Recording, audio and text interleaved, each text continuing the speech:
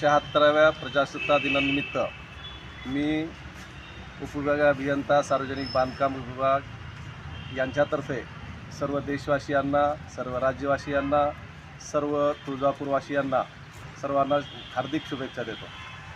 तुळजापूर आज 76व्या प्रजासत्ताक दिनानिमित्त मी तहसीलदाराच्या वतीनं सर्व तुळजापूरवासी, सर्व देशवासी यांना खूप खूप शुभेच्छा देतो.